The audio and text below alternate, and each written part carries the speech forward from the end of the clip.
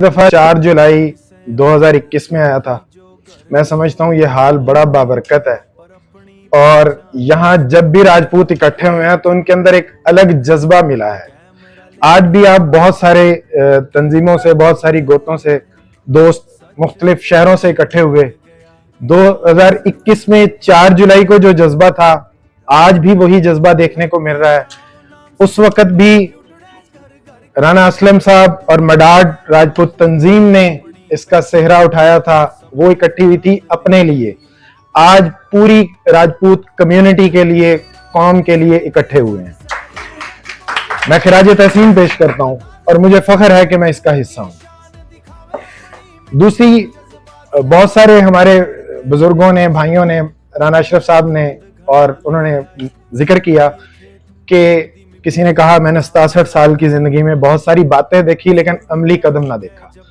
4 جولائی کو جب ہم یہاں اکٹھے ہوئے تھے تب بھی ہم جیسے لوگ، نوجوان طبقہ تھوڑا ڈرا ہوا تھا، اور اس قسم کی تھوڑی سی مایوسی بھی تھی کہ پتہ نہیں یہ تقریریں ہوں گی، ہم نے بھی بہت ساری دیکھی ہیں، اور عملی قدم شاید نہ ہوگا.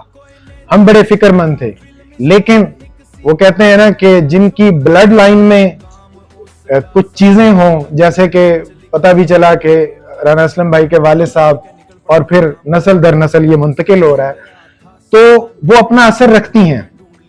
4 جولائی جب اکٹھے ہوئے تھے اس وقت میں نے اپنے بزرگوں کو بلاول پور میں راؤ جمشید صاحب، ان سے ذکر کیا. انہوں نے سیدھے لفظ میں اور مڈاڈ تو ہیں کے کریں گے، اکٹھے ہو گیا کے کاٹیں گے، اپنی راجپوت میں کے کاٹیں گے، اکٹھے ہو گئے کے کاٹیں گے، کے کریں گے. تو آج میں الحمدللہ فخر سے کہہ سکتا ہوں کہ مڈاڈوں نے اکٹھے ہو کے نہ صرف اپنی شناخت پورے ملک میں کروائی، بلکہ اس سے پہلے لاہور میں ایک پروگرام ہوا جس میں بہت ساری دوسری گوتوں کے تمام معزز اراکین کو بلایا اور بڑے عزت اور احترام کے ساتھ نوازا. اب آتے ہیں ہم کہ ہمارا انشاءاللہ یہ عملی قدم، عملی سفر جاری رہے گا، اور آئندہ جو اس سے اگلا قدم ہوگا وہ اس سے بھی زیادہ مضبوط ہوگا. دوسری طرف ایجنڈے کی طرف آتے ہیں. ہم بات کر رہے ہیں کہ دوسری قوموں کو جو راجپوتی اختیار کرتی ہیں ان کا سدباب کیسے کیا جائے. کسی کو بھی آپ جب کسی کام کے لیے تیار کرتے ہیں تو اس کا نفع اور نقصان بتاتے ہیں.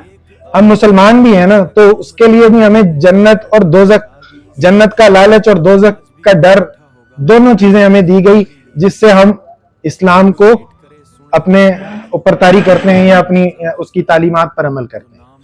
اسی طرح ہم کوئی جانور خریدتے ہیں، کوئی گھوڑا، کوئی کتا، کوئی گائے، کوئی بھینس، تو اس کی نسل اور اس کی بلڈ لائن، اس کی بریڈ، یہ خیال رکھتے ہیں. تو کیوں ہم اپنی راجپوت برادری، اپنی راجپوت قوم کی بریڈ اور نسل کے حوالے سے کیوں اپنی نئی نسل کو آگاہ نہیں کرتے؟ ہم اسے بتاتے کیوں نہیں کہ راجپوت ہونے کے بینیفٹس کیا ہیں؟